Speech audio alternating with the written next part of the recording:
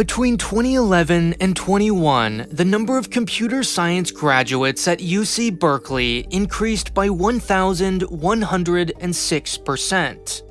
If this trend continues, as one professor observes, all 30,000 of its undergrads will study computer science in just 7 years. By 2059, the school will churn out more computer scientists than there are people in California. Meanwhile, get this. There are fewer software developers employed in the United States today than there were 6 years ago. Clearly, something has gone terribly wrong. And Berkeley isn't even the most computer science-obsessed university. Not even close. This is UCB, this is Caltech, and this is MIT. You're not reading this wrong.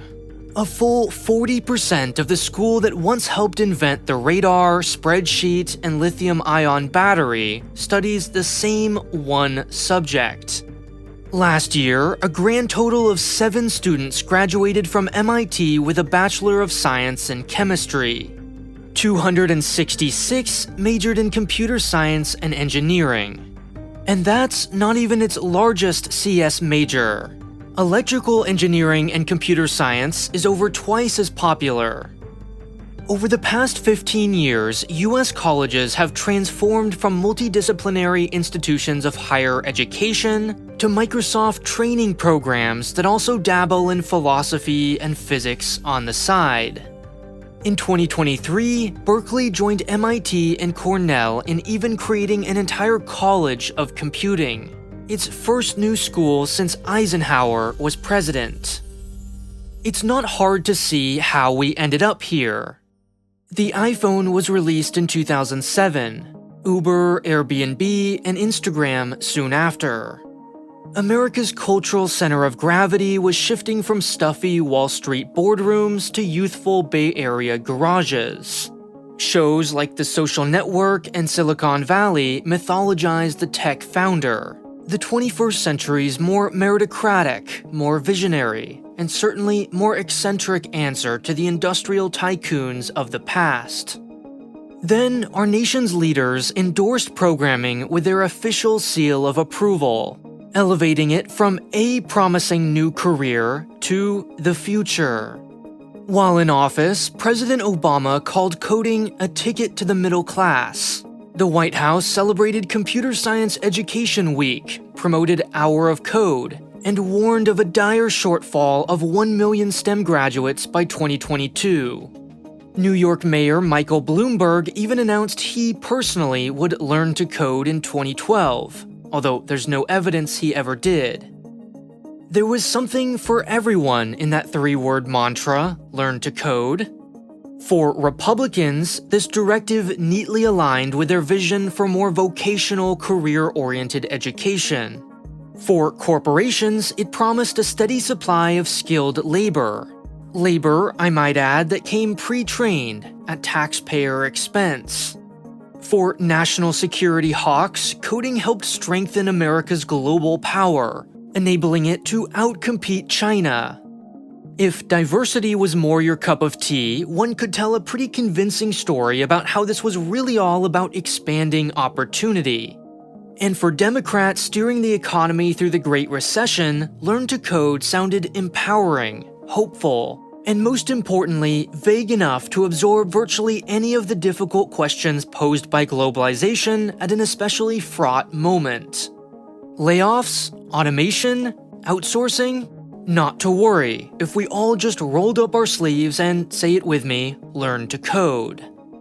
Red and blue states alike rushed to teach Python and JavaScript in classrooms. Today, nearly 15,000 US high schools offer computer science classes. Even 37% of middle schools do. 11 states go even further, requiring all students take a computer science class to graduate. Absent any dissenting voices, there was every incentive to exaggerate the ease of coding and romanticize the life of a programmer. Obama told us just about anyone can become a computer scientist, quote, with a little hard work. Years later, President Biden echoed this sentiment in his signature no-nonsense tone. Anybody who can throw coal into a furnace can learn how to program, for God's sake. One popular article from 2012, when U.S. unemployment was still well over 8%, declared, "To anyone out there who says you can't get a job, you can have one, a fun one. Learning code is not about numbers and mathematics, it's more like architecture." Well, young Americans didn't need to be told twice. Younger millennials and older Gen Z looked around, saw their siblings struggle to find work after the Great Recession, and decided they'd take the cool job that lets you earn six figures working from a beanbag while wearing a hoodie, requires a bachelor's degree at most, and is apparently remarkably quick and easy to learn. Please? But although Microsoft and Facebook and Apple were ready for this massive influx of programmers, universities most certainly were not. The popularity of college majors, of course, fluctuates all the time. Seasoned law school admissions officers still remember the sudden rise in applications following the hit 80s drama LA Law, just as pharmacy school briefly became popular during the early 2000s pharmacist shortage. But the computer science boom was something else entirely. The basic problem for schools was this.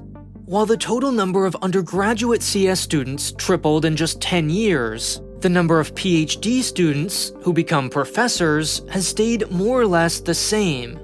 The reason for this is no mystery. A PhD student can expect to receive a $40,000 a year stipend, if they're lucky.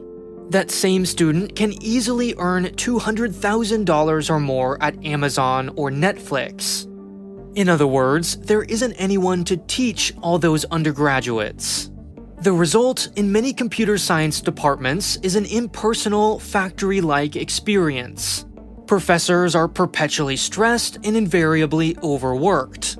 Class sizes are massive, 400, 500, 600 students in introductory courses. Undergrads are even deputized as TAs, meaning the person who took this class last semester might be the only person you can ask questions. And yet, schools still turn eager students away. It's become common at many universities to make students reapply to their computer science program at the end of their first or second year, for example. At Swarthmore, the University of Maryland, and UCSD, students are entered into a lottery, meaning you can apply and be accepted to Swarthmore, not to mention pay just over $90,000 a year, only to later be denied access to your preferred major by random number. Needless to say, this leaves many students feeling disillusioned with the college experience. They graduate with debt, with little career help from their school, whose resources are spread thin, and with minimal, if any, contact with their professors along the way. On top of all that, many of these students feel they were inadequately prepared for the job market. Because many CS programs have their origins in math and engineering departments, their curricula often focus more on the how, the general algorithms, ways of thinking, and processes, than the what, the specific syntax, programming languages that are currently marketable, or skills tested in modern job interviews. Graduates will often have dabbled in half a dozen languages but truly mastered none, forcing them to learn on their own. It wasn't hard to imagine there might be a better way. And this being the era of, quote, disrupting outdated industries like taxis, hotels, and DVD stores, the proposed solution was wrapped in lofty, emancipatory language. Education was about to be revolutionized, universities out-innovated. Enter the coding bootcamp. The idea was simple. If you already knew what you wanted, a six-figure job at Amazon, you could forego the 4-year computer science degree, pay just $10,000 or $20,000 or $30,000, and learn to code in a fraction of the time, usually 12 weeks or less. By stripping out general education requirements and teaching to the test, tech interviews often ask the same set of questions, they promised a streamlined, more efficient, and more accessible route to the promised land. At their peak, hundreds of boot camps graduated nearly half as many students as four-year computer science programs, and took in north of $200 million a year. But as they grew, as they began appearing on billboards and in TV commercials, and attracting a wider and wider group of students, they began feeling many of the same strains as universities. First, they realized their students were lending at least as much of their reputation to them as they were to students. In other words, if one of them failed an interview or was fired, that employer or recruiter would remember and associate their performance with a boot camp on their resume, making it harder for future students to land jobs there. Silicon Valley, after all, is a small world. Most students are looking for work from one of just 5 companies. Thus, they began carefully guarding their reputations, selecting only those applicants who enhanced their brand. One bootcamp, Hack Reactor, for instance, has an acceptance rate of just 3%, about the same as Harvard.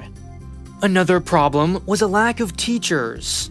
Also, like universities, bootcamps struggled to compete with the salaries on offer by big tech, often resorting to hiring their own recent graduates who couldn't find work elsewhere, inflating their employment figures in the process.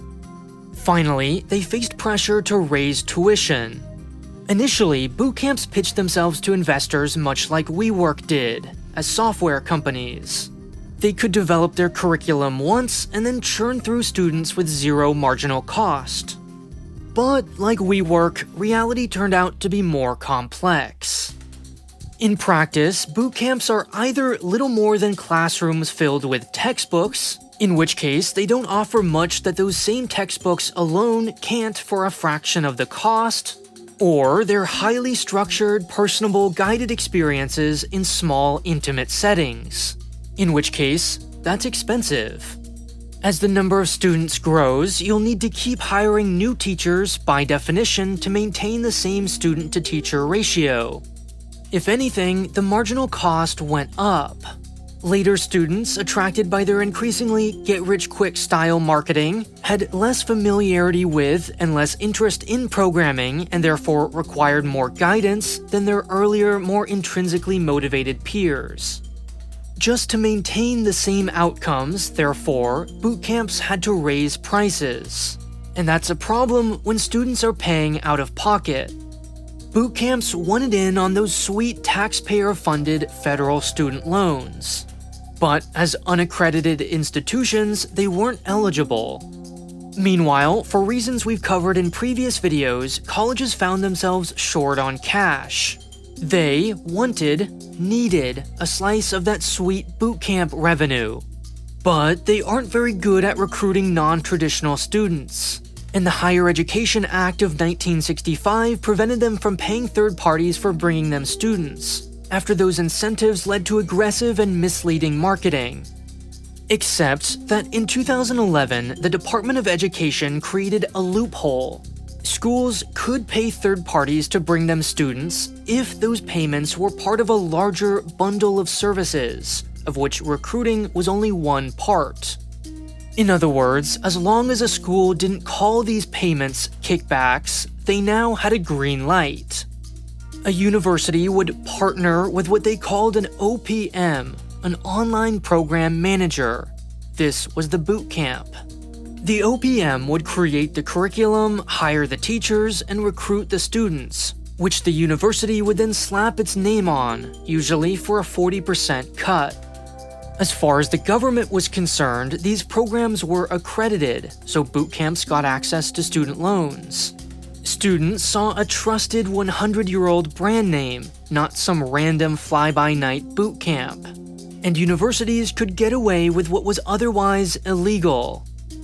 Put differently, boot camps became more and more like the unwieldy, inefficient four-year universities they originally sought to disrupt, until they were swallowed whole by those very same universities. Now, this more or less worked through the pandemic, when growth in the tech industry was off the charts and companies raced to hoard as much labor as possible. In one 2023 Wall Street Journal profile, a woman said she was paid $190,000 a year by Meta to do almost nothing, presumably because aggressive hiring at the time was rewarded by investors and competition for talent fierce. Then came the inevitable crash. Nearly 500,000 tech workers were laid off in 2023 alone. Another 250,000 lost their jobs once in 2022 and again in 2024. In total, that's roughly the number of US manufacturing jobs lost from the early 2000s China shock. The unemployment rate in tech is now higher than the national average. Recent graduates have had their offers rescinded. And many professors, including this one at Berkeley, one of the most well-known computer science programs in the nation, report that even their best students can't find jobs. Boot camps are doing even worse, if they still exist at all. One, called 2U, declared bankruptcy last year. Launch Academy announced it would pause enrollment. And Dev Bootcamp, which was acquired by education giant Kaplan, closed its doors forever. It all happened remarkably fast. It seems like only yesterday that tech was the future. Not so long ago, the White House predicted a shortfall of 1 million STEM workers by 2022. Instead, there are fewer software developers in the United States today than there were 6 years ago. How did this happen? Well, it's not rocket science. Learn to code, meet another 3-word mantra: supply and demand. Recall that in just 10 years, the number of computer science grads at Berkeley increased by over 1,000%. This was always unsustainable. Now, to be clear, Learn to Code didn't cause this recent downturn.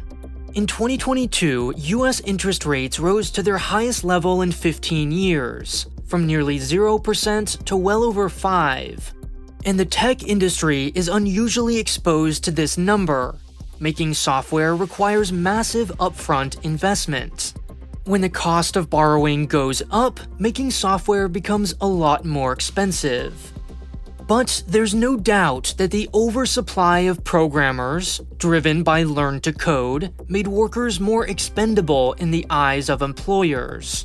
When programmers are so abundant, it's a whole lot easier to fire them on demand, treating them as a spigot they can quickly turn on when needed and off when not, rather than a resource to invest in and retain through thick and thin. Every industry, of course, has ups and downs. And brutal as this downturn has been, growth will eventually return. The Bureau of Labor Statistics still expects computer-related occupations to grow 11% by 2033. The same, to be fair, cannot be said of all fields.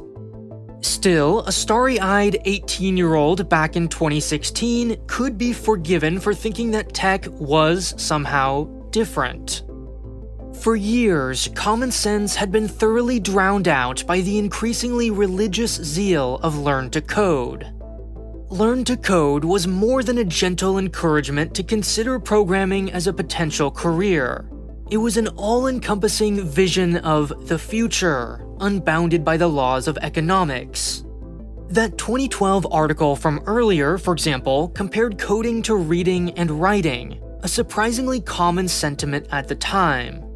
The message wasn't that programming was a useful skill, it was that soon everyone would need to program.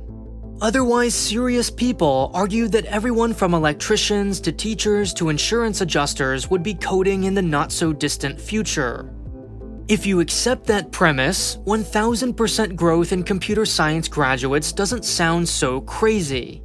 But if programming is not a universal skill like reading or writing, if it's still just one, admittedly often lucrative career among many, then it just means 1,000% more competition for a limited number of jobs. Today, there are something like 1.9 million people employed in tech. Even if we double that estimate, it would still only represent 2.3% of the US labor force. Programming simply could never have absorbed all 7 million unemployed Americans. Never mind that someone still needs to manufacture the keyboard you program with, or feed the person who manufactures that keyboard, or repair that person's internet. Tech is also at least as volatile as any other industry. The sudden and stratospheric rise of AI is a prime example. These ups and downs become more clear when we zoom back in time. This recent boom has just been so unusually long that, until recently, many young people had never experienced anything else. But Learn to Code wasn't just at odds with Econ 101. It was also ignorant of, or at least indifferent to, the wide diversity of human interests, talents, personalities, and life circumstances. Even the most accomplished programmer will tell you, building software can be quite difficult. Like any skill, not everyone will be great at it, nor, for that matter, enjoy it. For the same reasons not everyone enjoys working in an office, or sitting down all day, or staring at a computer, or working on a team, or solving complex problems on a deadline. This is all quite obvious when you replace code with repair medical equipment, study epidemiology, become a nurse, or any other job. Overlooking the wide spectrum of human skills, interests, and circumstances was convenient. And although it sounded empowering as a soundbite, it was often much closer to exploitative in practice. Learn to Code reduced people to interchangeable units of labor.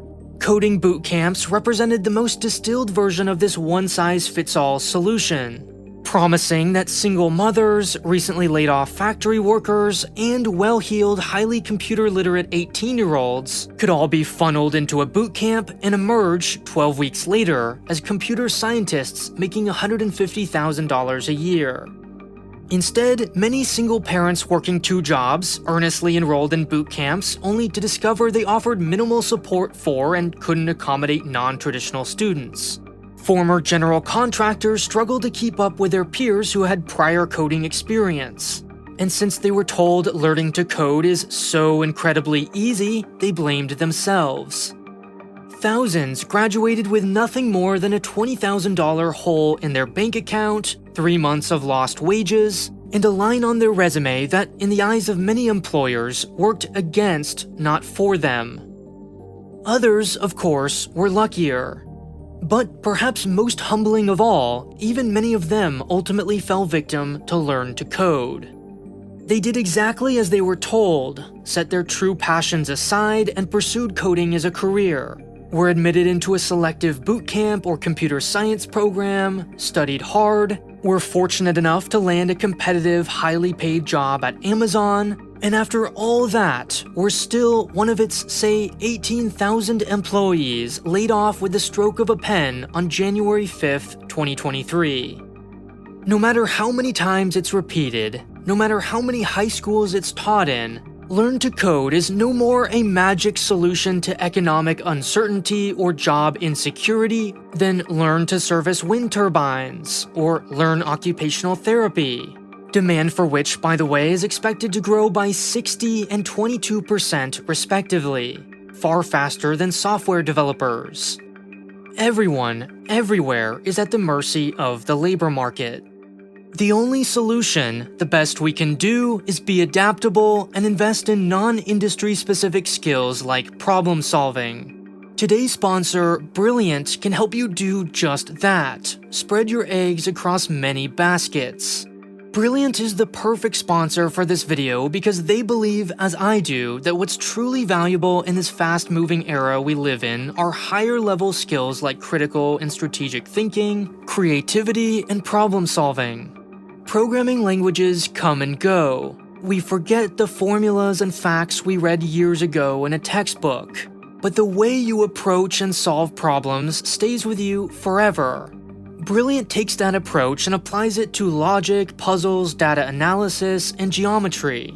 They have courses on real-world algebra, thinking in code, scientific thinking, everyday math, how AI works, geometric thinking, and much more. Sure, you'll learn how to program in Python, to calculate probability, and analyze data. But more importantly, you'll also sharpen your mind, learn to think like a programmer, scientist, or mathematician, and develop a powerful learning habit along the way. Ironically, by focusing a little more on the process and a little less on the outcome, you actually get better results. By making learning fun and interactive, rather than all about getting the right answer, Brilliant's beautifully designed lessons make you want to keep coming back for more. To check out Brilliant completely free for 30 days, click the link on screen now or in the description below. That's brilliant.org/polymatter. Doing so will also get you 20% off an annual premium subscription. Go pick what interests you most and start learning today.